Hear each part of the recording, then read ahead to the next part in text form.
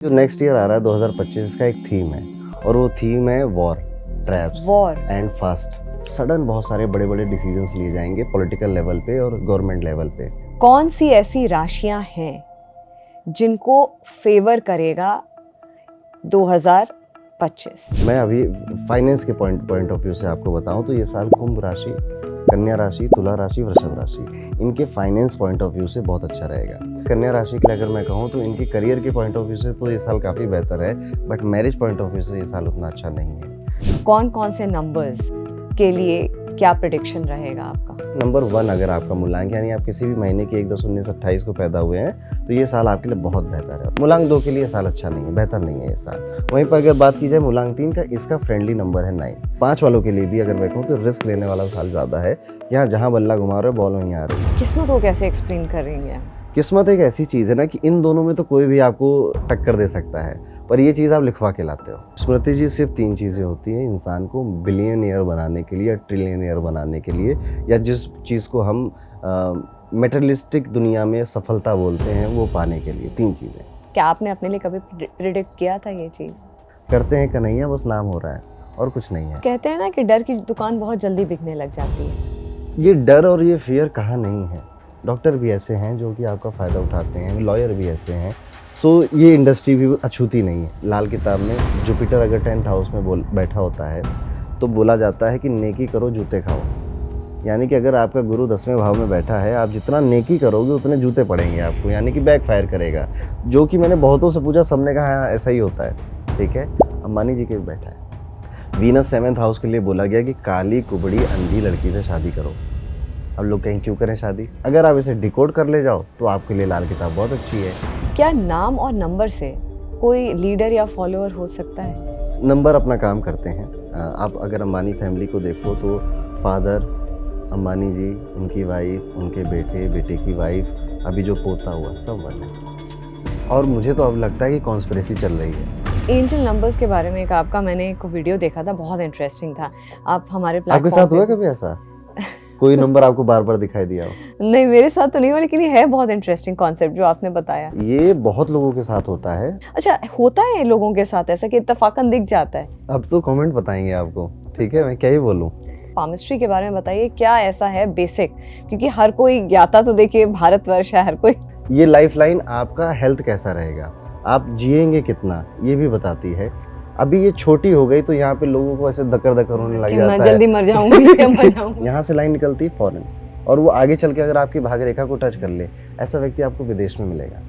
हाथ की रेखाओं की यही तो जादू है, बदलती रहती हैं। कुछ लोग क्या करते हैं कि जैसे कि नीलम पहनने से पहले, जैसे किसी पंडित ने या एस्ट्रोलॉजर ने या किसी ने ज्योतिष ने बता दिया, एक काम करिए आप नीली जो उसका सब्स्टिट्यूट है उसको पहनिए कुछ दिन, या अगर आपको नीलम नहीं सूट करे लेकिन पहनना आपको नीलम ही है तो आप उसका लो क्वालिटी आप उसको पहन लीजिए, वो भी उतना ही फायदा करता है। इस बात में कितनी सच है? की बातें हैं, बकवास की बातें हैं कि तकिए के नीचे रख के सो, अगर बुरे सपने आए तो नहीं सूट कर रहा है, अच्छे सब जब इतना सोचोगे ना तो बुरे सपने आएंगे। वो बड़ी अच्छी सी लाइन है जेपी मॉर्गन की कि millionaire don't believe in astrology, billionaires do.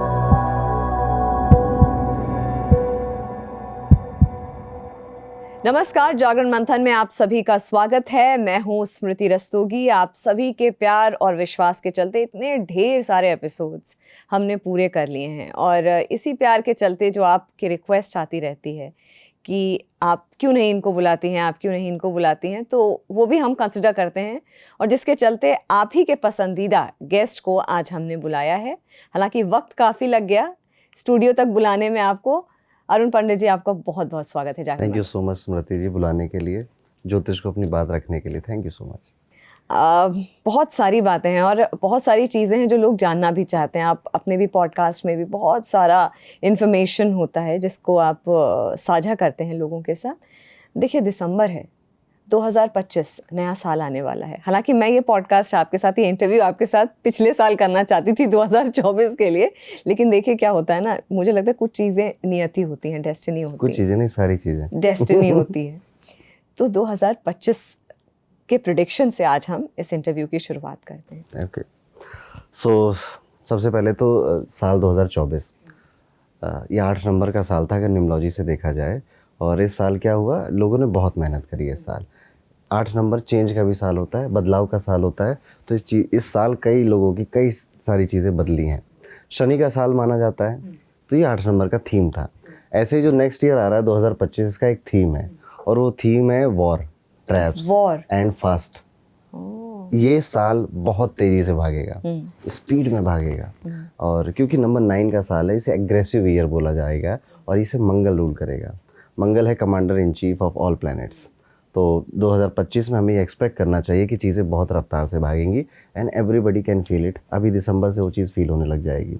रफ्तार से कैसे भागेगी? आपको अगर लगता है कि कोई काम आप ना 1 महीने बाद कर लोगे, अब आप यहाँ पे मात खा जाओगे, क्योंकि वही काम आपके जो कॉम्पिटिटर्स हैं वो 2-2 दिनों में, 5-5 दिनों में करके कंप्लीट कर देंगे। ओके, सो ये साल आप रुक नहीं सकते, इस साल आप प्रोक्रेस्टिनेशन नहीं कर सकते। और जैसे मैंने कहा, ये साल वॉर का है, तो लड़ाई झगड़े एग्रेशन ये देखने को आपको बहुत मिलेगा। सडन बहुत सारे बड़े बड़े डिसीजंस लिए जाएंगे पॉलिटिकल लेवल पे और गवर्नमेंट लेवल पे। 9 नंबर का साल बना था 2016 में, डीमोनेटाइजेशन एक अचानक का फैसला, सडन डिसीजन था फाइनेंशियल, और काफ़ी लोगों की लाइफ उथल पुथल हो गई थी। तो जब 9 नंबर का साल आता है, तो ऐसे कई सारे इकोनॉमिक रिफॉर्म या फिर टैक्स रिफॉर्म्स हम सिर्फ इंडिया में नहीं, कई कंट्रीज़ में देख सकते हैं। और वॉर का मैंने बता दिया। तीसरी चीज़ है ट्रैप्स। इस साल कई नए नए तरीके के ट्रैप्स निकलने वाले हैं, और जिससे लोगों को फंसाया जाएगा। न्यूमरोलॉजी में अंक 9 को बोला जाता है कि ये मोक्ष का नंबर है, और ये जूस है। जूस मतलब कि आपने जितना भी 8 साल तक पीछे किया ना, ये लास्ट ईयर है पूरी साइकिल ख़त्म होने का। ये सब लौटा कर देकर जाएगा आपको। आपने अच्छा किया था तो अच्छा देकर जाएगा, अगर आपने बुरा किया था तो ये आपको पीट कर जाने वाला है। ओके, मोस्टली लोग बुरा ही कर रहे होते हैं, ठीक है। दैट इज़ वाई ये ईयर आपको बस एक चीज़ ध्यान रखनी है कि अब रुकना नहीं है। Also this year is year of fitness.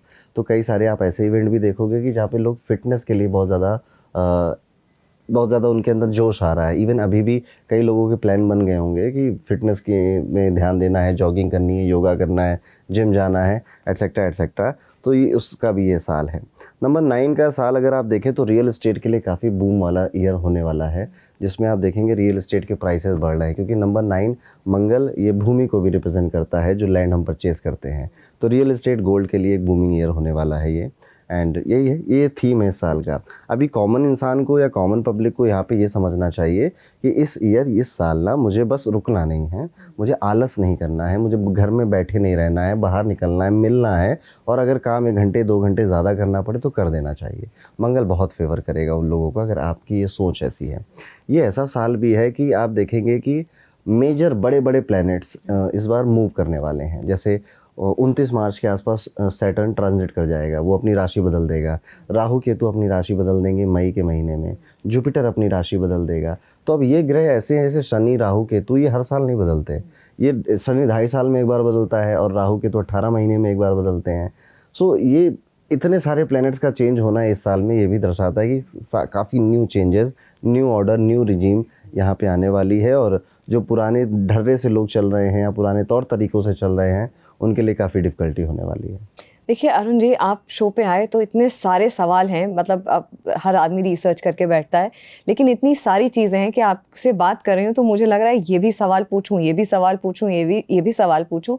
और आपकी जो फोटे है, जो आपकी एक्सपर्टीज़ है, वो वास्तु हो गया, पामिस्ट्री हो गई, आपने नेम रीडिंग की बात करी, आपने न्यूमेरोलॉजी की बात की, कुंडली की बात करी, और भी बहुत सारी चीज़ें हैं।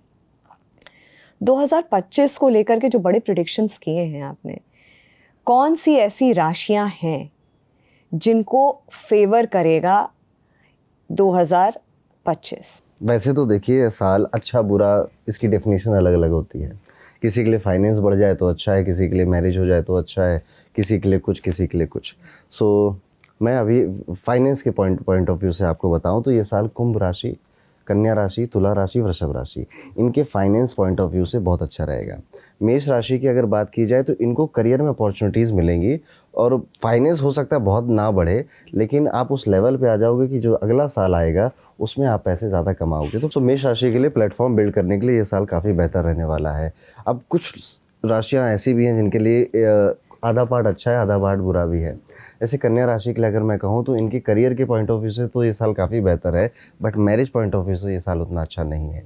इसी तरह से जो हमारी धनु राशि है, इनके लिए ओवरऑल ये साल ठीक ठीक है, बट खर्चे बहुत कराने वाला है। और वृश्चिक राशि को तो यहाँ पर डिफेमेशन भी देखने को मिल सकता है इस साल में। मतलब उनके काम के प्रति उतनी इज्जत उनको नहीं मिली, या फिर किसी चीज़ की वजह से उनकी बदनामी हो रही है। एक छोटा सा इवेंट भी सितंबर के आसपास वृश्चिक राशि को देखने को मिल सकता है। बाकी राशियों के लिए ओके साल ये जा सकता है। देखिए, राशि होती है एक इंग्लिश कैलेंडर के हिसाब से आपकी राशि होती है। एक जो आपका हॉरोस्कोप होता है, जो आपका सन साइन होता है, वो आपका इंग्लिश कैलेंडर के हिसाब से, अच्छा आप दिसंबर में हुए या सितंबर में हुए तो उस हिसाब से। लेकिन एक होती है आपका जो राशि के हिसाब से होता है, जो जन्म के हिसाब से आपका जो सन साइन होता है। तो ये कैसे समझें सबसे पहले, क्योंकि लोग यही कंफ्यूज हैं। अच्छा, मैं पैदा तो हुआ सितंबर में, तो मैं या तो वर्गो हूँ या तो मैं लिब्रा हूँ, मगर मेरी जो राशि है, जो राशि के अकॉर्डिंग मेरा जो सन साइन है वो धनु होता है। करेक्ट। तो लोग कैसे समझें ये कंफ्यूजन? एट अ टाइम एक इंसान की 3 राशियां हो सकती हैं। अच्छा। और पहली राशि जो आपने बोला कि हम किसी महीने में पैदा हुए हैं, फॉर एग्जांपल अगर कोई भी व्यक्ति 21 जुलाई से 21 अगस्त के बीच में पैदा होता है तो इस पूरे महीने में सारे के सारे लियो हैं, और वहीं पर 21 अगस्त से 21 सितंबर में सारे के सारे वर्गो हैं। ये है वेस्टर्न सिस्टम, इसे हम सनशाइन बोलते हैं। जब हम कुंडली की बात करते हैं जो कि इंडियन सिस्टम है, उसमें जब आप अपनी कुंडली बनाते हो तो चंद्रमा जिस राशि में बैठा है वो आपका मून शाइन है या आपका राशि है। अब ये वही राशि है जिससे 7.5 कब लगेगी, ठीक है, ये डिसाइड होता है। दशाएं कैसी चलेंगी ये डिसाइड होता है। सो ये वाली राशि ज़्यादा इंपॉर्टेंट है इंडिया के पॉइंट ऑफ व्यू से, या पराशरी या वैदिक एस्ट्रोलॉजी आप जिसको बोलते हो उस पॉइंट ऑफ व्यू से। तीसरी राशि होती है, आपको याद होगा कि जब आप बचपन में अखबार पढ़ती थी तो वहाँ पे हर राशि के आगे कुछ अक्षर लिखे होते थे, सा सा सू सू और रा री री रू रू। तो क्या होता था कि पुराने टाइम में बच्चा जिस राशि में पैदा हुआ होता था उस राशि के अक्षरों से उसका नाम रख दिया जाता है। पंडित जी बोलते थे तो घर वाले रख देते थे, बट आज ऐसा होता नहीं है। आज सबको मॉडर्न नाम रखने हैं, ओरी, ओजी, टीना और विहान, विवान, आहान, इस तरह के नाम रखने हैं। तो पंडित जी कुछ भी बता के जाएंगे, वो नहीं रखना है। तो ये वाला जो सिस्टम है, क्योंकि पहले टाइम पे आप नाम बताओ पंडित को पता चल जाता था कि आपकी राशि क्या है। बट आज ये पॉसिबल नहीं है। बहुत कम लोग हैं जो कि नक्षत्र के अक्षरों पे अपना नाम रख रहे हैं या राशि के अक्षरों पे अपना नाम रख रहे हैं। तो ये सिस्टम मुझे लगता है अब छोड़ देना चाहिए, ठीक है। तो 2 ही सिस्टम बचे, एक सनशाइन एक मूनशाइन। अब इसमें क्या करना है, जब भी आप किसी इंडियन एस्ट्रोलॉजर को हॉरोस्कोप दिखाओ अपना जो वैदिक एस्ट्रोलॉजी करता है, तो always talk about your moonshine, या वो भी जब बात करेगा तो आपके मूनशाइन की ही बात करेगा। जैसे आप मेरा यूट्यूब चैनल अगर देख रहे हो तो उसमें सारी बातें मूनशाइन की हैं। अगर आप किसी वेस्टर्न एस्ट्रोलॉजर का देख रहे हो तो सारी बातें सनशाइन पे करते हैं वो लोग। तो ये डिफरेंस आ जाता है। क्या ये दोनों ही राशियां मेरे ऊपर काम करती हैं या कोई एक करता है, आप इन दोनों से रिलेट करोगे। अच्छा। जैसे मेरा अगर मूनशाइन माने तो एक्वेरियस है और सनशाइन लियो है, तो लियो की भी आदतें मेरे अंदर हैं, एक्वेरियस की आदतें भी मेरे अंदर हैं। सो ये आप दोनों से ही रिलेट करोगे। इस वजह से कन्फ्यूज़न हो जाती है कि वो भी बोल रहा तो भी रिलेट हो रहा है, ये बोल रहा तो भी रिलेट हो रहा है। बट आपको ये कन्फ्यूज़ नहीं करना कि मेरा चैनल देख रहे हो तो आप अपना सनशाइन देखने लग जाओ, तो गड़बड़ हो जाएगा। कई सारे लोग 40-45 साल के हो गए हैं, अभी कंसल्टेशन लेने आते हैं, उनको उस कॉल में पता चलता है कि उनकी राशि क्या है। तो इतना नहीं पता है लोगों को। सो पता होना चाहिए, या फिर एटलीस्ट अपनी राशि, चंद्र, सनशाइन, मूनशाइन ये पता होना चाहिए। तभी इस चीज़ को लेकर के बहुत कंफ्यूजन है, इसीलिए मैंने आपसे पूछा कि क्या एप्लीकेबल होता है। ये बहुत कंफ्यूजन है, आपकी बात सही है।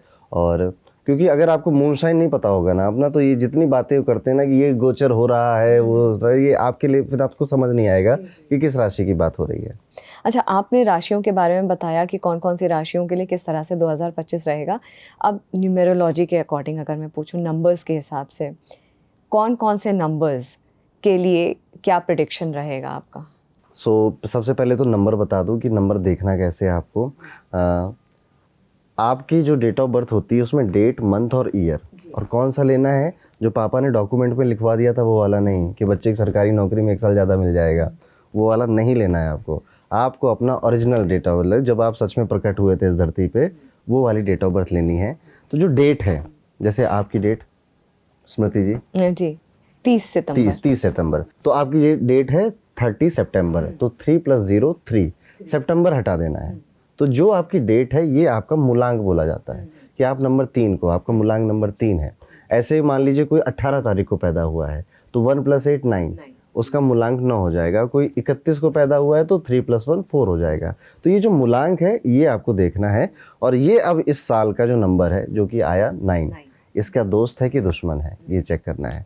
तो जैसे नंबर 1 अगर आपका मूलांक यानी आप किसी भी महीने की 1, 10, 19, 28 को पैदा हुए हैं तो ये साल आपके लिए बहुत बेहतर है। और सबसे पहले इसमें सिम्टम जो दिखाई देगा कि they get very eager about their health, क्योंकि फिटनेस का नंबर है 9 और इनका फ्रेंड है नंबर 1 वालों का। तो सबसे पहला ये कोई काम करेंगे तो इस साल की शुरुआत में साइकिलिंग स्टार्ट करेंगे या जिम जाना स्टार्ट करेंगे या कुछ नहीं तो डाइट ही ठीक करेंगे। ये नहीं अब फिट होना है, ये पहली एनर्जी इनके अंदर आएगी। दूसरी एनर्जी इनके अंदर आएगी कि अब मुझे कनेक्शंस पे बहुत काम करना है।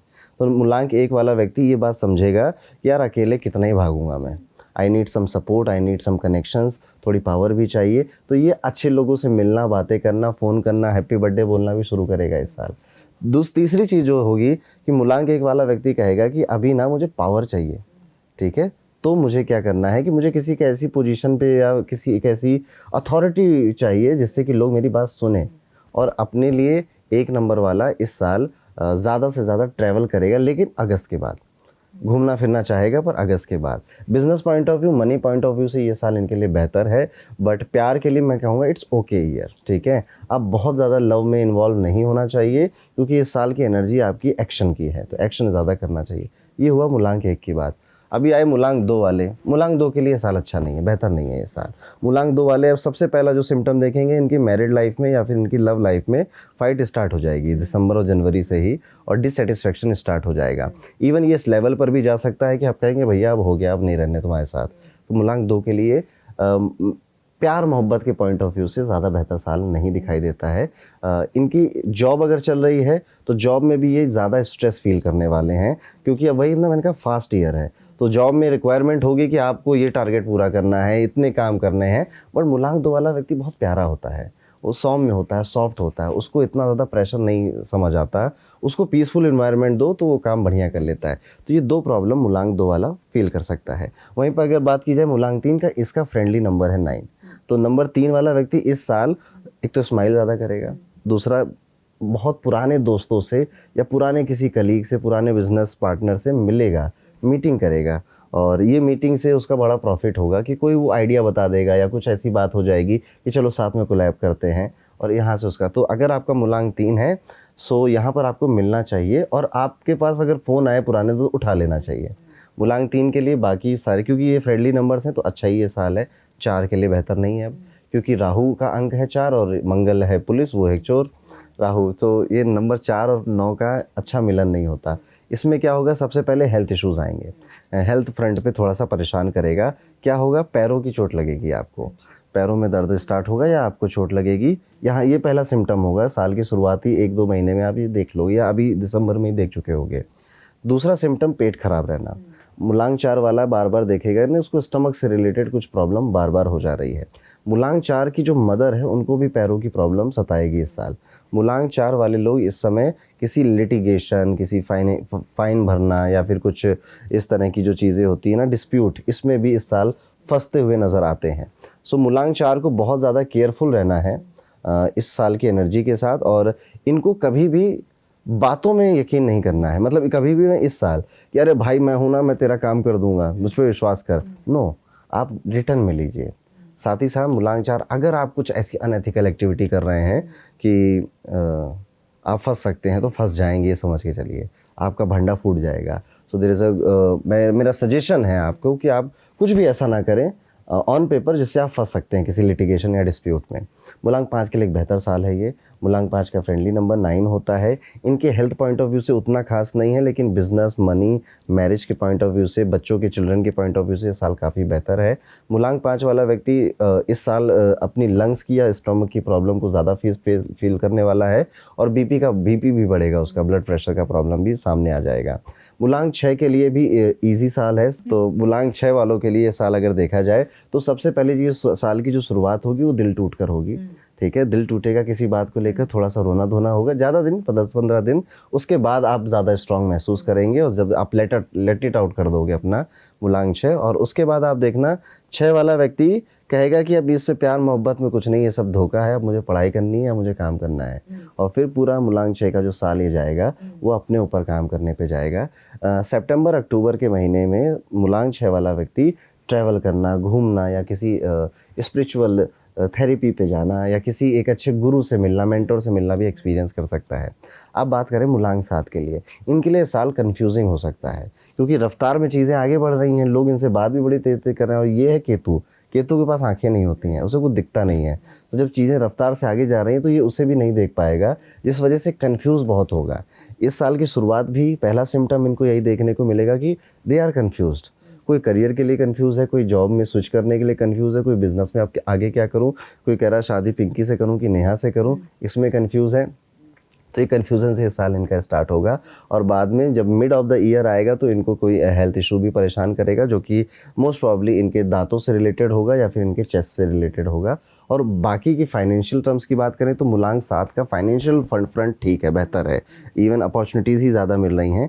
बस एक चीज़ इनको करनी चाहिए कि हमेशा अपने आसपास अपने कुछ वेल विशर्स को रखें जो इनको अच्छी सलाह दे सकें, गाइड कर सकें। अगर ये ऐसा करते हैं तो this year is very good for them. अभी मूलांक 8 की अगर बात की जाए तो उनके लिए साल जैसे हर साल उनको बहुत मेहनत करनी पड़ती है, ये साल भी उनमें से एक है, but this year is more better, ज़्यादा बेहतर है 2026 जो आ रहा है उससे इनके लिए, क्योंकि 2026 एक नंबर का होगा, वो इनका सबसे ज़्यादा एनिमी नंबर है। मूलांक 9 तब भी इनका थोड़ा सा न्यूट्रल कैटेगरी में आता है। सो मेरा सजेशन मूलांक 8 के लिए ये है कि सेव करो इस साल आप सेविंग्स पे ध्यान दीजिए। इस साल आप हर जैसे कि आपको लेट्स सपोज ऐसा सोच के चलिए कि अगर मेरे पास 6 महीने काम नहीं रहेगा तो मुझे कितना पैसा चाहिए, और टारगेट बनाइए कि आप उतना अपने बैंक में या अपने सेविंग्स अकाउंट में जमा करेंगे। इस साल आपको अपॉर्चुनिटीज़ मिलेगी, जॉब चेंज करने की मिलेगी, लेकिन मूलांक 8 वाला एक चीज़ देखेगा कि जब जब उसके साथ अच्छी चीज़ हो रही है इस साल, तो उससे पहले या उसके साथ ही साथ उसकी तबीयत भी ख़राब हो जाती है। तो ये एक पैटर्न देखने को मिल सकता है इनको। लेकिन इस बार बस ध्यान इतना रखना है कि सेविंग्स की तरफ इनको ज़्यादा, इन्वेस्टमेंट सेविंग्स की तरफ इनको ज़्यादा इंक्लाइन रहना है। अभी लास्ट का जो नंबर है मूलांक 9, यानी आप किसी भी महीने की 9, 18 या 27 तारीख को पैदा हुए हैं तो आपका मूलांक 9 होता है। इनके लिए ये साल बेहतर है, अच्छा है। बस इनको गुस्सा बहुत आएगा, ठीक है, गुस्से पे किसी पे चिल्ला विल्ला भी देंगे शुरुआती दिन में, लेकिन उसके बाद इनको अकल आ जाएगी। इस साल अगर मूलांक 9 ने अपनी फिटनेस पे ध्यान नहीं दिया, पूरे साल फ्रस्ट्रेट रहेगा, पूरे साल कहेगा कि क्या हो रहा है लाइफ में, क्यों मेरी अकॉर्डिंग चीज़ें नहीं हो रही हैं। अगर इसने फिटनेस को अपना पार्ट बना रखा है या बना ले तो ये साल इसके लिए यादगार हो जाएगा। सो मूलांक 9 के लिए बिजनेस, रियल एस्टेट का अगर काम कर रहे हैं लोग तो बहुत अच्छा है। इसमें और ज़्यादा रिस्क लेने वाला ये साल है मूलांक 9 वालों के लिए। 5 वालों के लिए भी अगर मैं कहूँ तो रिस्क लेने वाला साल ज़्यादा है। यहाँ जहाँ बल्ला घुमा रहे हो बॉल वहीं आ रही है, ये वाली बात है।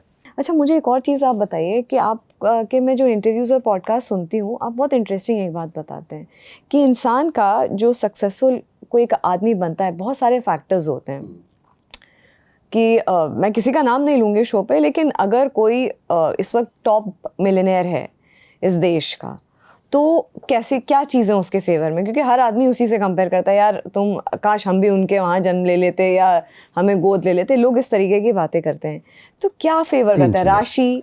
स्मृति जी, सिर्फ 3 चीज़ें होती हैं इंसान को बिलियनियर बनाने के लिए या ट्रिलियनियर बनाने के लिए, या जिस चीज़ को हम मेटेरियलिस्टिक दुनिया में सफलता बोलते हैं वो पाने के लिए। 3 चीज़ें।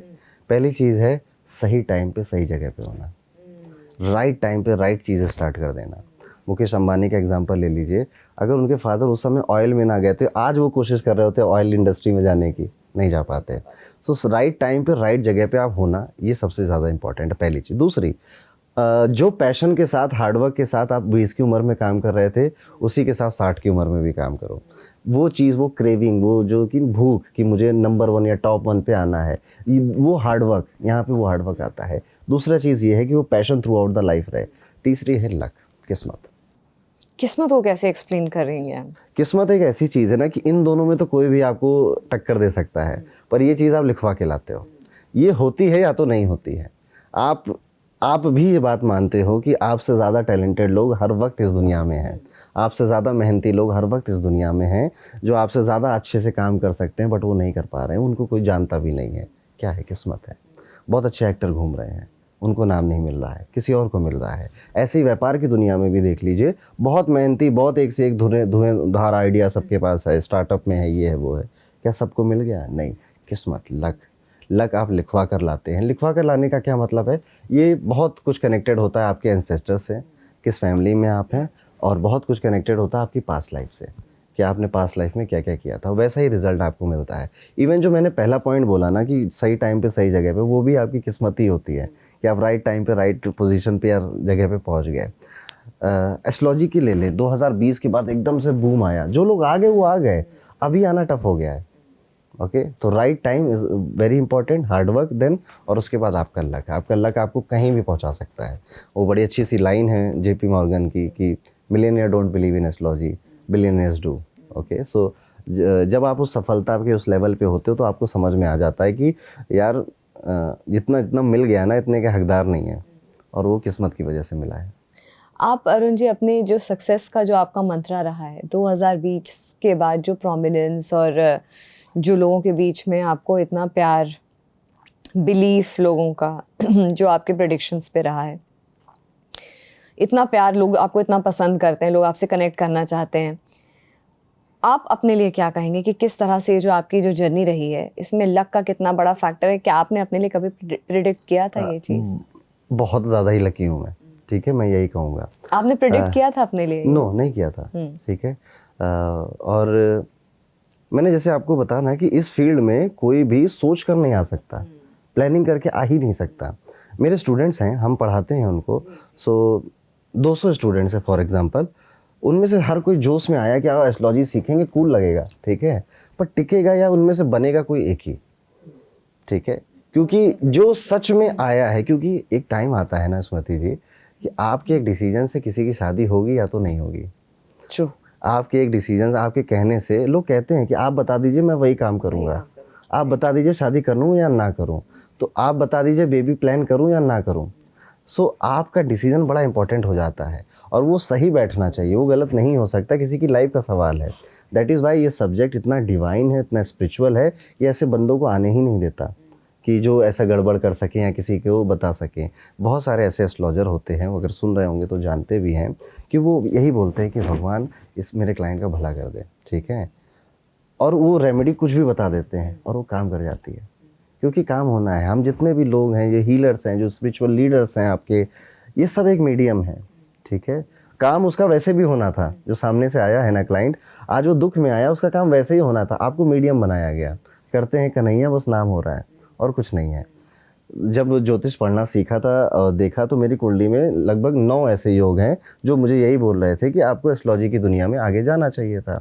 और लेकिन ये स्टार्ट इत्तेफाक से हुआ था। मुझे यूपीएससी करना था, आईएएस बनने का जोश था मुझे, ठीक है, मैं दिल्ली यूनिवर्सिटी में फिजिक्स ऑनर्स कर रहा था, और एकदम से सब कुछ बंद हो जाता है देश में, और कुछ करने को था नहीं। तो बचपन में जो चीज़ पसंद थी, क्लास 7th में मैंने निम्बोलॉजी पढ़ी थी, एक कीरो की बुक आती थी, वो पढ़ी थी, स्कूल में बताता था, खूब मज़ा आता था, ठीक है। तो कभी सोचा नहीं था ये चीज़ दोबारा करूँ, तो वही चीज़ मैंने शुरू की थी कि 1 वाले कैसे होते हैं, 2 वाले कैसे होते हैं। उस टाइम पे मैं पहला था जो ये सब कर रहा था, और छोटे छोटे वीडियो बना रहा था। तो बस वहीं से लोगों को पसंद आया, क्योंकि बात ऑनेस्ट लगी, जेन्युइन लगी, और हमेशा जो कंटेंट रखा है वो हमेशा पढ़ाने वाला रखा है। ये पढ़ाएंगे, क्योंकि ये सब्जेक्ट बड़ा तिरस्कृत सब्जेक्ट है। लोग गालियाँ देते हैं सब्जेक्ट को, क्योंकि उनके एक्सपीरियंसेस भी ऐसे ही हैं। अब मैं इसमें टोटल गलती सिर्फ इस सब्जेक्ट की ना ऑडियंस की नहीं बोलूँगा, दोनों की गलतियाँ हैं। एक गलती ये है कि कम टाइम में पैसा ज़्यादा कमा लेना है, इसलिए कुछ भी कि लौट के आएगी बाहों में, सिर्फ 11 दिन करेंगे उपाय, सौतन से पाएँ छुटकारा। लोग इसको एस्ट्रोलॉजी समझते हैं, जबकि एस्ट्रोलॉजी नहीं है, ये प्रचंड भ्रम है। और लोगों को भी तो यही चाहिए। आज आपका दिल टूटा है, आपसे रहा नहीं जा रहा है, तो आपको तो क्विक फिक्स चाहिए ना, कि जो बता दो, कुछ बता दो। अब चलो दिल टूटा है, कोई बात को नहीं समझोगे, आपका बच्चा बीमार है, और कोई कहेगा कि बस ये 12,000 की पूजा करा लो, बच्चा ठीक हो जाएगा। आपको पता होगा कि नहीं होगा, फिर भी आप कहोगे क्यों चांस लेना। तो कहीं ना कहीं आप वनरेबल हो जाते हो, इसलिए फ़ायदा उठाते हैं। इस वजह से हम समझते हैं कि ज्योतिष ये सारी चीज़ें हैं कि वापस आ जाएगा, वो मेरा प्यार मिल जाएगा। नहीं, एस्ट्रोलॉजी से बहुत अलग है, और इसको कोई कभी गाली नहीं दे सकता जो उसको पढ़ता है। इसीलिए मैंने यूट्यूब पे आज मेरे सारे वीडियोस आप देखना, मैक्सिमम आपको पढ़ाने वाले मिलेंगे। कुंडली क्या होती है, ग्रह कैसे देखे जाते हैं, क्योंकि जिस दिन वो पढ़ लेंगे ना, उस दिन समझेंगे कि एस्ट्रोलॉजी क्या है। आपने बहुत सुंदर बातें कही कि वल्नरेबिलिटी का जो फ़ायदा उठाते हैं, और ये बहुत बड़ा एक तबका आज भी समाज में एक बहुत बड़ा तबका एक्टिव है जो इस तरीके की चीज़ें, जो प्रेडिक्शंस हैं। देखिए ये जो चीज़ें होती हैं वो जनता या कहते हैं कि आम आदमी के फेवर में उनको उसको राह दिखाने के लिए, उसको भटकाने के लिए या भय या डर उसके अंदर लाने का मंशा नहीं होती है। अब क्या होता है ना, कहते हैं ना कि डर की दुकान बहुत जल्दी बिकने लग जाती है। जो आपने बोला ना पैसे का शॉर्टकट की बात आपने बोली कि डर की दुकान बहुत जल्दी, उसके साथ साथ समाधान होना बहुत ज़रूरी है कि अगर आपने कोई प्रॉब्लम की, ये बीमारी है तो ये इसका इलाज संभव है, इसका इलाज नहीं संभव है। ये दो चीज़ें कंडीशंस होती हैं और एक हम प्रयास करेंगे उसको ठीक करने की। हो जाता है तो बहुत अच्छा, नहीं होता है तो फिर आपकी किस्मत, ये वाली चीज़ होती है।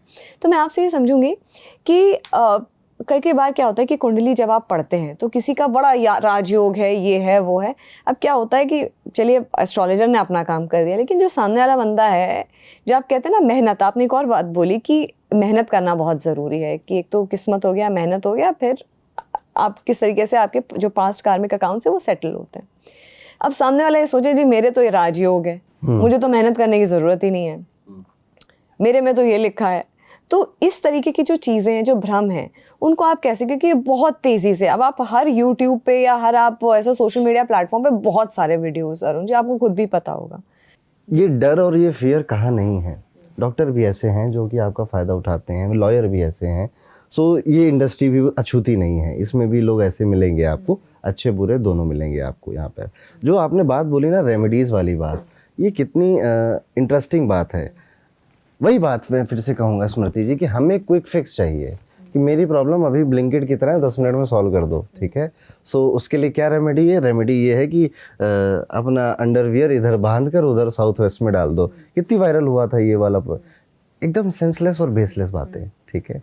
बट आपको अच्छी, कई लोगों को अच्छी लगी, कईयों ने किया भी होगा। चावल की डिबिया इधर रख दो, उधर रख दो। ऑनलाइन इंटरनेट पे जितने उपाय बताए जा रहे हैं, अगर वो दान दक्षिणा से रिलेटेड हैं, किसी जानवर की हेल्प करने से रिलेटेड, डू इट, उसका कुछ बुरा नहीं होगा। लेकिन बाकी चीज़ें करने से बचना चाहिए, क्योंकि जर्नल उपायों से तो बहुत बचना चाहिए, ठीक है। वो पता नहीं कहाँ से बैकफायर करेंगे आपको, अच्छे की जगह बुरा भी कर सकते हैं आपको। इसलिए अगर आपको सच में कोई रेमेडी करनी है, रेमेडी काम करती हैं, बहुत अच्छे से काम करती हैं, पर आप एक बार अपना किसी को भी अच्छे से चार्ट दिखा दो जहाँ पर आपको ट्रस्ट हो, और फिर रेमेडीज़ करो। ऐसे गूगल पे रेमेडीज़ के पीछे नहीं भागना चाहिए। अच्छा, ये जो लाल किताब है, इसके बारे में आपके क्या व्यूज़ हैं? लाल किताब एक बहुत ही प्यारी और बहुत ही अच्छी किताब है जो कि ज्योतिष को आसान बनाती है आम जनता के लिए। लाल किताब में को समझना आज के डे टू डे लाइफ में इजी हो चुका है। जब ये लिखी गई थी 1939 से 1952 में 5 लाल किताबें आई थीं।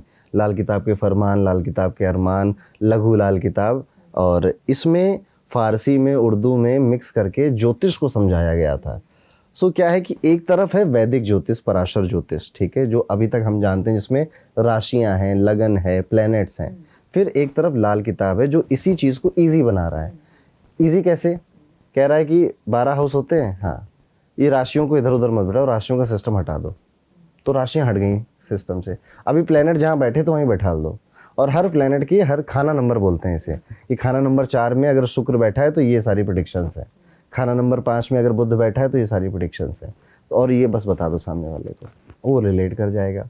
उसकी अगर उसमें कुछ बैड प्रेडिक्शन है तो उसकी नीचे रेमेडी लिखी हुई है। सो लाल किताब एक ऐसा सब्जेक्ट है जो ज्योतिष को आसान बना रहा है।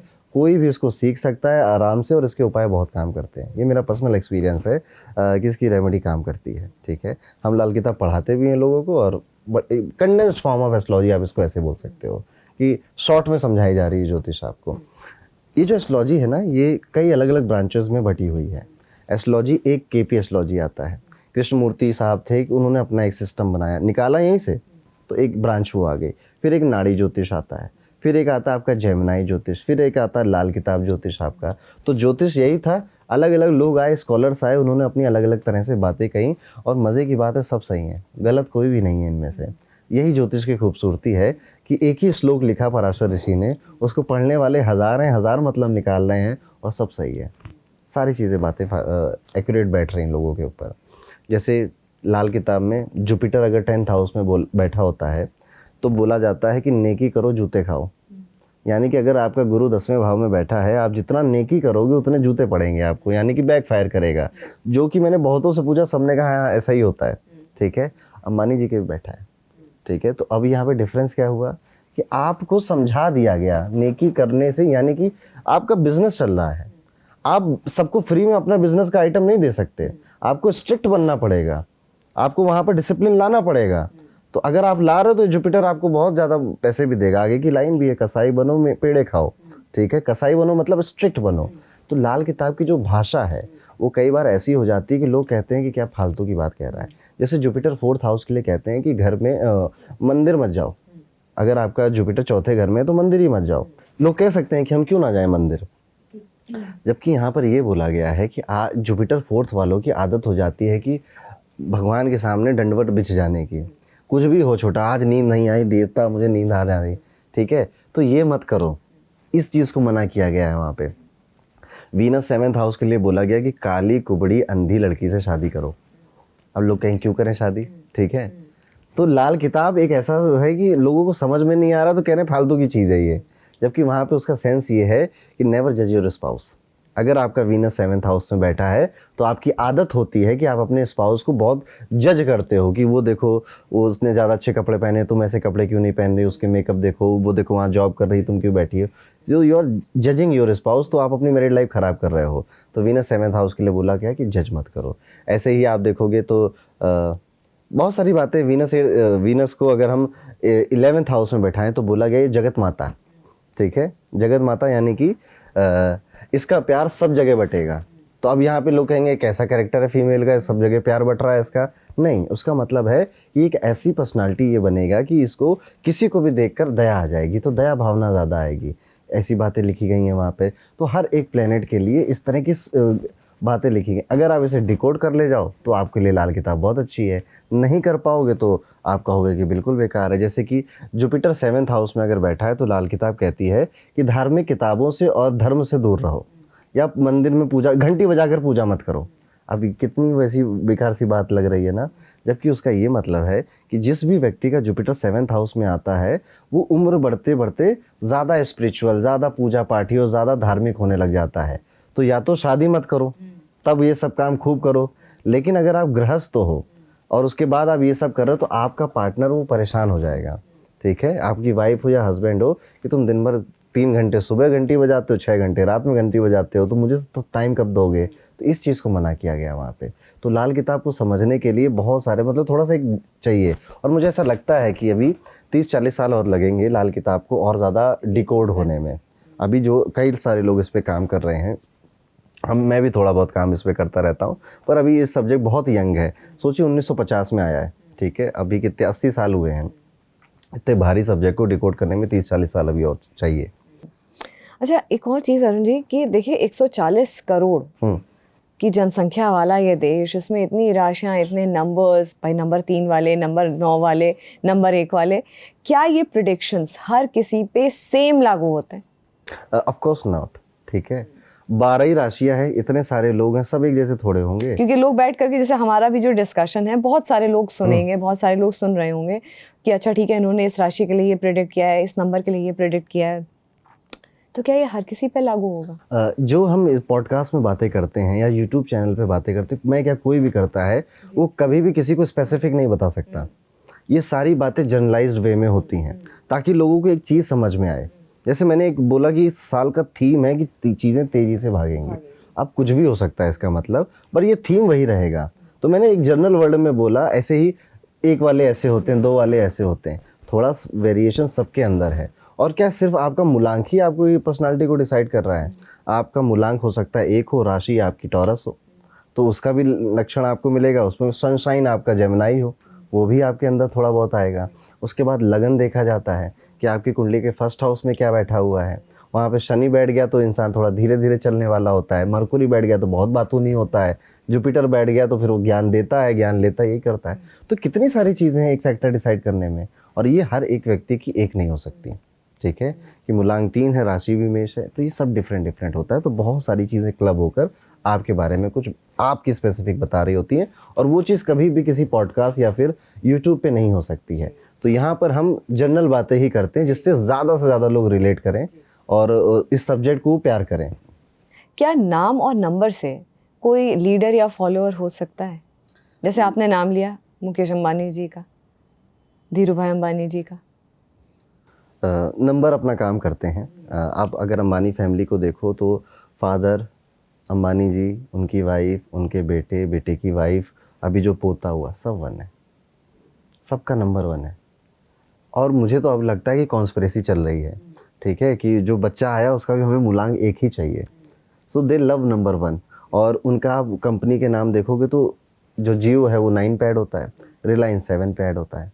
और आप बड़ी से बड़ी कंपनी, एप्पल को देख लो, आप पेप्सी को देख लो, आप बडवाइज़र को देख लो, आप रिलायंस को देख लो, कोरोना को देख लो, सोनी को देख लो, ये सारी कंपनियां नंबर 7 पे ऐड होती हैं। तो ये इत्तेफाक थोड़ी है कि इतनी बड़ी बड़ी कंपनियां नंबर 7 पे ऐड हो रही हैं। जो कि केतु का नंबर है। केतु का नंबर है, रिसर्च का नंबर है। और इन सारी कंपनियों में देखिएगा तो जो चीज़ निकल कर आएगी वो है कि ये रिसर्च पे ज़्यादा ध्यान देते हैं, क्योंकि इन्हें बार बार इनोवेशन करना है। दैट इज़ वाई नंबर 7 का इनको फेवर भी मिल रहा है। तो ये इत्तेफाक थोड़े है ना। आपने जो कहा नाम का वाइब्रेशन, आपके नाम का एक नंबर होता है और उसके भी आपको अच्छे बुरे रिजल्ट देखने को मिलते हैं। आपके नाम का जो नंबर है वो आपके डेस्टिनी और साइकिक नंबर का फ्रेंडली होना चाहिए। अगर वो नहीं है तो आपको परेशानी होगी। और जो भी नंबर आपका होगा उसके पर्सनालिटी ट्रेड्स भी आपकी लाइफ में या आपके अंदर आ जाएंगे। तो ये है नाम का मतलब। एंजल नंबर्स के बारे में एक आपका मैंने एक वीडियो देखा था, बहुत इंटरेस्टिंग था। आप हमारे आपके प्लेटफॉर्म साथ हुआ पे कभी ऐसा कोई नंबर आपको बार बार दिखाई दिया हो? नहीं, मेरे साथ तो नहीं हुआ, लेकिन ये है बहुत इंटरेस्टिंग कॉन्सेप्ट जो आपने बताया। ये बहुत लोगों के साथ होता है और जिनके साथ नहीं हुआ है वो नहीं समझ पाएंगे, जिनके साथ हो रहा है वो लोग समझेंगे। क्या है इसका मतलब? जैसे आप अभी फ़ोन उठाओ और 11:11 बज रहा है और आप जब जब टाइम देखने के लिए फ़ोन उठा रहे हो आपका मन ही 11:11 पे कर रहा है, या फिर 1:11 पे, 2:22 पे। और ये चीज़ महीनों तक हो रही है। आप कोई यूट्यूब चैनल देख रहे हो, आपने कहा कि देख कितना मिनट हो गया, एक बार देखें तो 11 मिनट 11 सेकंड हुए। आपने कभी किसी की गाड़ी पे ध्यान गया तो 1111 गाड़ी पे ध्यान आ रहा है आपका। तो ये नंबर बार बार कहीं ना कहीं से आपको दिख जा रहा है। कई लोगों के साथ वो कमेंट करके वो बताएंगे कि कौन सा नंबर उनको ज़्यादा दिखाई दे रहा है। अच्छा, ये नंबर कुछ भी हो सकता है, ठीक है। इसको एंजल नंबर इसलिए बोला जाता है, देखिए क्रिश्चियनिटी में एंजल्स होते हैं, ठीक है, इस्लाम में आपके फरिश्ते होते हैं और हिंदुइज्म में देवदूत होते हैं। तो ये क्रिश्चियनिटी का कॉन्सेप्ट है, ग्रीक से आया है। और न्यूमरोलॉजी का नंबर्स थे तो इसलिए न्यूमरोलॉजी के चैप्टर में डाल दिया गया, न्यूमरोलॉजी के सब्जेक्ट में। बट जब यूनिवर्स को आपको कोई सिग्नल भेजना होता है तो ज़रूरी नहीं है वो सिर्फ नंबर से ही भेजे। कई बार कोई इंसान भी आता है लाइफ में, थोड़े टाइम के लिए चला जाता है कुछ मैसेज देकर। कई बार हमें फेदर दिखते हैं, बर्ड्स के फेदर। कई बार हमें तोता दिखता है या स्नेक्स दिखते हैं ड्रीम में, जब भी कोई हमें मैसेज देना होता है यूनिवर्स को। ऐसे ही एक क्राइटेरिया है कि आपको नंबर्स दिखेंगे बार बार। हर एक नंबर की मीनिंग अलग अलग होती है। तो जैसे अगर आपको 111 बार बार दिखाई दे रहा है, इसका मतलब है न्यू बिगनिंग, कुछ नया होने वाला है, कोई नया व्यक्ति आने का, या आप नई जगह जाने वाले हो, नई जॉब, नया business, something new is going to happen. Number 2 बार बार अगर आपको दिख रहा है 222, 2222, इसका मतलब होता है कि आपको ना अभी अपने फैमिली के साथ समय बिताना है, अपने दोस्तों के साथ समय बिताना है। नंबर 3 अगर दिख रहा है तो इसका मतलब है कि आपको कुछ पढ़ना है, नॉलेज ज़्यादा बढ़ानी पड़ेगी, तभी आप आगे बढ़ पाओगे। नंबर 4 दिख रहा है तो इसका मतलब है कि बहुत पीछे जाओगे। अगर अब डिसिप्लिन में नहीं आए, अब अपनी लाइफ ऑर्गेनाइज नहीं करी तो बहुत बड़ा डाउनफॉल होगा। तो नंबर 4 दिखने में, अब ये डाउनफॉल हेल्थ का भी हो सकता है, करियर का भी हो सकता है। नंबर 5 दिख रहा है तो बोलते हैं कि एक्सपेक्ट दी अनएक्सपेक्टेड। अब आपके साथ कुछ भी बुरा बहुत बड़ा जो आपने कभी एक्सपेक्ट नहीं किया था, कुछ भी अच्छा बहुत बड़ा, ये हो सकता है। नंबर 5 जब आता है ना तो इस साल में मैरिज भी होना और शादियां होना, बेबी होना भी देखा जाता है। इवन अगर आपको नंबर 6 बार बार दिख रहा है, 66, 666, 6666, 0606, इस तरह का पैटर्न दिख रहा है तो खर्चा आने वाला है। और मोस्ट प्रॉब्ली ये खर्चा आपके स्पाउस या आपके पार्टनर से रिलेटेड होगा या आपकी मैरिज से रिलेटेड होगा। वेकेशन, हॉलीडे, लग्जरी, इन सब से रिलेटेड हो सकता है। बेबी हो गया तो बेबी में खर्चा हो गया।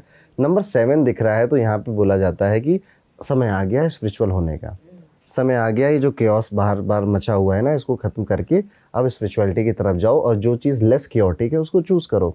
नंबर 8 दिख रहा है तो पैसा आने वाला है, वेल्थ के लिए एक अच्छा नंबर है और कुछ बेचने का, बेच कर पैसा आएगा, साथ ही साथ बहुत काम आने वाला है। तो get ready for hard work और lots of work is coming on your वे।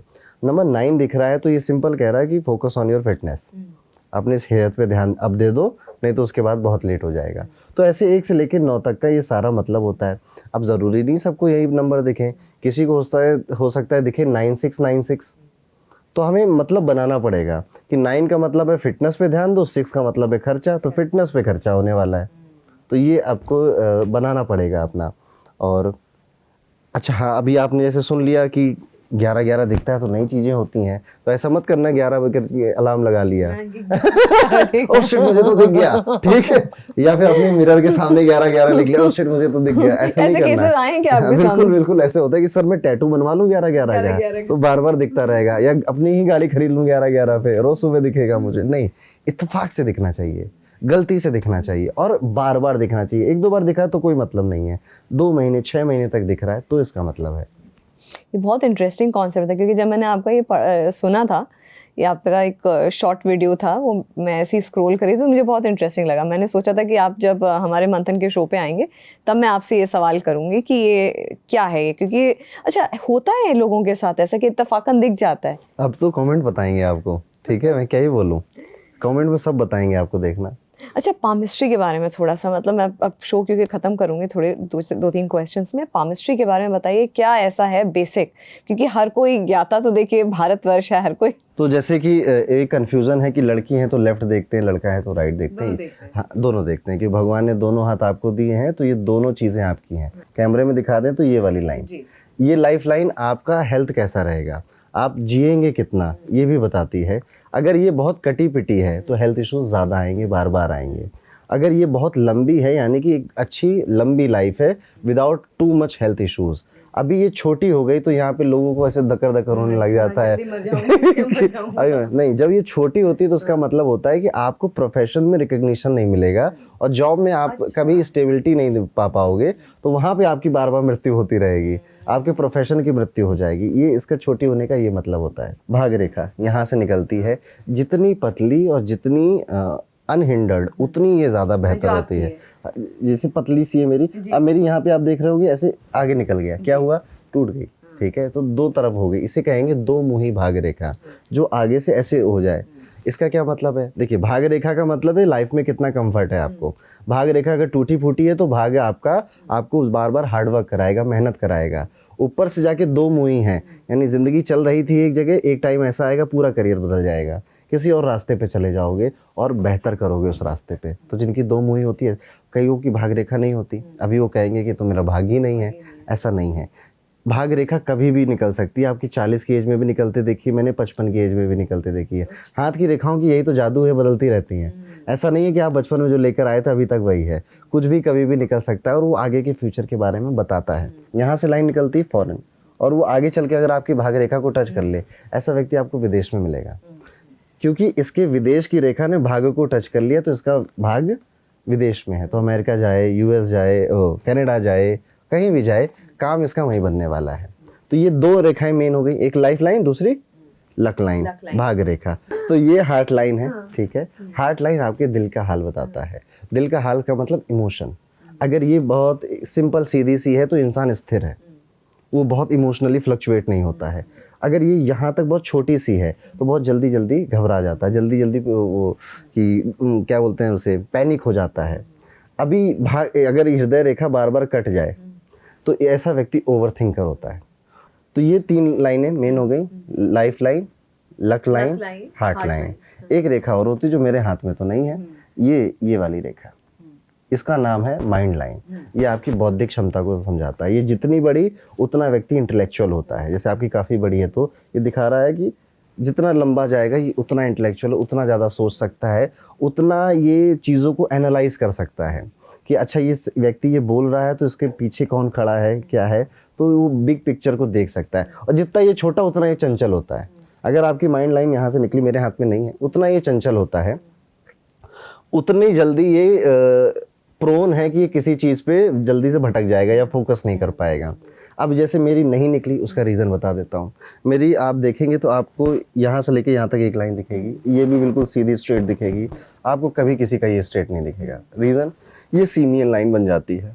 मेरी माइंड लाइन और हार्ट लाइन दोनों अटैच हो गई हैं और वो एक ही लाइन में बन गई हैं। तो 10 लाख में से किसी एक के हाथ में होता है।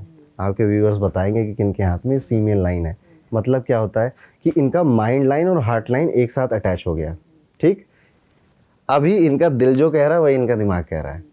अब दिल और दिमाग में द्वंद्व नहीं है, दिल भी वही चाहता है, दिमाग भी वही चाहता है, और चार्मिंग पर्सनालिटी होती है, बोलते अच्छा है, इग्नोर नहीं कर सकते आप इनको। ये फीमेल लाइन का मतलब होता है। तो ये 4 लाइनें मुख्य हो गई, पर इसमें ज़्यादा लोगों को दिलचस्पी नहीं आएगी, दिलचस्पी आएगी मैरिज लाइन में, ठीक है। सो यहाँ पे निकलती है मैरिज लाइन, ठीक है। अगर ये एक लाइन है, सिंपल 1 लाइन है, तो अच्छी एक शादी होगी, बढ़िया, ठीक है। आप एक से प्यार करोगे, एक से शादी बढ़िया हो जाएगी। अगर यहाँ पर 2 मैरिज लाइन आपकी निकल जाती हैं, तो प्यार किया किसी और से, शादी हुई किसी और से, तो मतलब एक आपका ऐसा था कि आप चाहते थे कि मुझे इससे शादी करनी, पर नहीं हो पाई किसी सर्कमस्टेंसेस में, और शादी आपकी किसी और से हुई। 3 है तो ये दिलफेक आशिक है, ये सबसे प्यार करता है और जो दिखता है उसी से प्यार हो जाता है, लेकिन जब शादी कर लेता है तो फिर एक के लिए लॉयल होता है, उससे पहले किसी के लिए लॉयल नहीं होता है। 4 में साधु बन जाता है आदमी कि मुझे शादी ही नहीं करनी है, मुझे अब ये सब मोह माया है, मुझे सबसे परे जाना है। तो मैरिज लाइन आपको यहाँ पे देखनी है, राइट हैंड के आपको छोटी उंगली के नीचे देखनी है, और इवन आपकी शादी कब होगी ये भी मैरिज लाइन बता सकती है। आप देख लो, जैसे ये एक लाइन छोटी सी है, ये जितना हार्ट लाइन के पास होगा उतनी शादी जल्दी होगी, और जितना इस उंगली के पास ये लाइन होगी उतनी शादी आपकी लेट होगी। अब अगर यहीं पर ये मैरिज लाइन में कभी बार क्रॉस बन जाता है, डाइवोर्स, कई बार मैरिज लाइन आगे से 2 मुही हो जाती है, एक्स्ट्रा मैरिटल अफेयर, ये सब हाथों में पता चल जाता है। ये कितना सटीक होता है? बहुत सटीक होता है, बस अनुभव होना चाहिए, ठीक है। अनुभव तो इतना हो जाता है कि आपने इतना ज्ञान दे दिया तो जो व्यूअर्स होंगे वो एक दूसरे का हाथ चेक करने पे उतारू हो गए, लाओ तुम दिखाओ, लाओ तुम दिखाओ, लाओ, क्योंकि ये बेसिक आपने बता दी। मजे की बात बताऊं, आप कभी गूगल करोगे ना कि एस्ट्रोलॉजी का सबसे ज्यादा यूज किस लिए होता है, कभी चैट जीपीटी से पूछना, तो पहला आता है एंटरटेनमेंट के लिए। लोगों को मजा आती है अपने हाथ देखने में, अपने नंबर को जानने में और बोलने में, अरे तू वर्गो है ना तभी तू ऐसा है, मैं तो जेमिनाई हूँ इसलिए मैं ऐसा हूँ। सो लोगों को मज़ा तो आना चाहिए, ठीक है। ये सब्जेक्ट है, अगर इसको हम थोड़ा सा सॉफ्ट और बेसिक समझ जाएंगे ना तो बहुत मज़ा आता है। इवन अगर आप ये सब्जेक्ट सीख लेते हो थोड़ा बहुत भी, आप बहुत पॉपुलर हो जाते हो। आप अगर बता दो अभी इस जागरण के ऑफिस में कि अभी स्मृति जी को कुंडली देखनी बहुत भयंकर आती है, देखो आपकी फैन फॉलोइंग, मैम मेरा थोड़ा सा मेरा देख लो, ठीक है मैम, बस 5 मिनट दे दो मैम। सो आपके ग्रुप में आप फेमस बहुत हो जाते हो, प्रचलित बहुत हो जाते हो, तो वहाँ से भी फ़ायदा है। इवन ये एक ऐसा सब्जेक्ट है जिससे आजकल मैं देख रहा हूँ कि अगर आप हाउस वाइफ हो, you can learn and earn. आप आज सीख सकते हो, क्योंकि हाउस वाइफ है, टाइम बहुत है, हस्बैंड काम कर रहे हैं, बच्चे अपनी लाइफ में बिजी हैं, तो आप सीख सकते हो और आप अर्निंग कर सकते हो। नहीं करनी अर्निंग मत करो, आप अपने हस्बैंड और अपने बच्चों का ध्यान रख सकते हो, उनकी कुंडलियाँ देख सकते हो, उनकी मैरिज और उनके करियर, उनकी हेल्थ के बारे में बता सकते हो। तो क्या बुरा है इसमें, ठीक है। और जब आप सीखते हो तो आपको पता चल जाता है काम करता है या नहीं करता है, क्योंकि सबसे पहले इंसान अपनी कुंडली देख रहा होता है, तो ये बात है। अच्छा, आपसे ये भी बात हुई थी मेरी अभी कि आपने नीलम पहना हुआ है, और नीलम को मेरा एक और इंटरव्यू हुआ था तो उसमें मैंने बोला था बहुत स्ट्रॉन्ग नीलम को स्टोन कहा जाता है, शनि का स्टोन होता है, बहुत स्ट्रॉन्ग स्टोन होता है। अच्छा, कुछ लोग क्या करते हैं कि जैसे कि नीलम पहनने से पहले, जैसे किसी पंडित ने या एस्ट्रोलॉजर ने या किसी ने ज्योतिष ने बता दिया, एक काम करिए आप नीली जो उसका सब्स्टिट्यूट है उसको पहनिए कुछ दिन, या अगर आपको नीलम नहीं सूट करे लेकिन पहनना आपको नीलम ही है तो आप उसका लो क्वालिटी आप उसको पहन लीजिए, वो भी उतना ही फायदा करता है। इस बात में कितनी सच है? की बातें हैं, बकवास की बातें हैं कि तकिए के नीचे रख के सो, अगर बुरे सपने आए तो नहीं सूट कर रहा है, अच्छे सब, जब इतना सोचोगे ना तो बुरे सपने आएंगे। तो नीलम को लेकर बहुत भ्रांतियां हैं कि इसको पहन के राजा बन जाते हैं और राजा रंक हो जाते हैं, तो नीलम से लोग डरने लग गए हैं। एक्चुअली क्या है ना, इस रत्न की अगर मैं सच्चाई बताऊं, कोई भी इस दुनिया में अगर अच्छी क्वालिटी का नीलम पहनता है तो उसके साथ बैड बुरी चीज़ें होती हैं, चाहे आपको नीलम सूट कर रहा हो या ना कर रहा हो। क्यों होती हैं? क्योंकि इस स्टोन का काम करने का तरीका ही ऐसा है। ये जब आपकी बॉडी में पहली बार आता है तो आपका पेट खराब करेगा, आपको घबराहट पैदा करेगा, आप देखोगे कि आपके पैर में चोट लग जाएगी, आपको कहीं से कोई फ़ोन पर बैड न्यूज़ सुनाई, ये सारे सिम्टम नीलम पहनने से होंगे, चाहे सूट कर रहा हो चाहे ना कर रहा हो।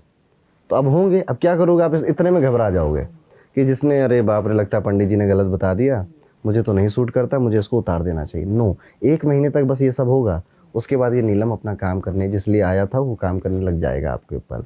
तो किसी भी इस बात में कि नीली पहन लो, कई लोग यहाँ बाजू में बांधते हैं, कहीं पॉकेट में रख लेते हैं, ये मन को बहलाने वाली बातें, होता कुछ नहीं है। अगर कुंडली में सूट कर रहा है तो कर रहा है, बात खत्म। अगर आपकी कुंभ लगन की कुंडली है, आपकी मकर लगन की कुंडली है तो नीलम पहन सकते हो आप। अगर आपका कुंभ या मकर राशि पहले 5वें 9वें घर में आ रही है, आप नीलम पहन सकते हो, बहुत सारे रीज़न हैं। जैसे वृषभ लगन वालों के लिए जो शनि होते हैं योग कारक होते हैं, वो पहन सकते हैं। तो किसी की बातों में नहीं आना है, और घबराहट तो होगी ही। जब भी नीलम पहनो, आप कोई भी नवरत्न का असली पहनोगे तो कुछ ना कुछ आपको दिक्कत, खांसी, जुकाम आना ही आना है, क्योंकि एक कंसंट्रेटेड फॉर्म में ये एनर्जी स्टोर की गई है।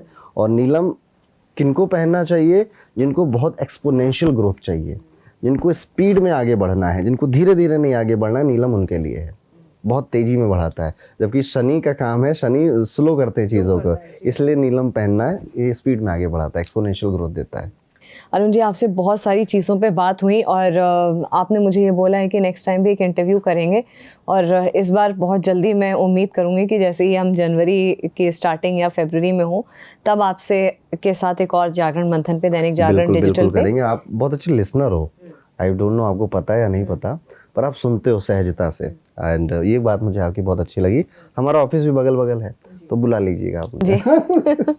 थैंक यू सो मच, बहुत बहुत धन्यवाद, आप शो पर आए, और फिर से बहुत जल्दी हम आपके साथ पार्ट 2 में भी चर्चा करते हैं। Thank you. राधे राधे। राधे राधे। और फिलहाल जागरण मंथन में इतना ही। नमस्कार।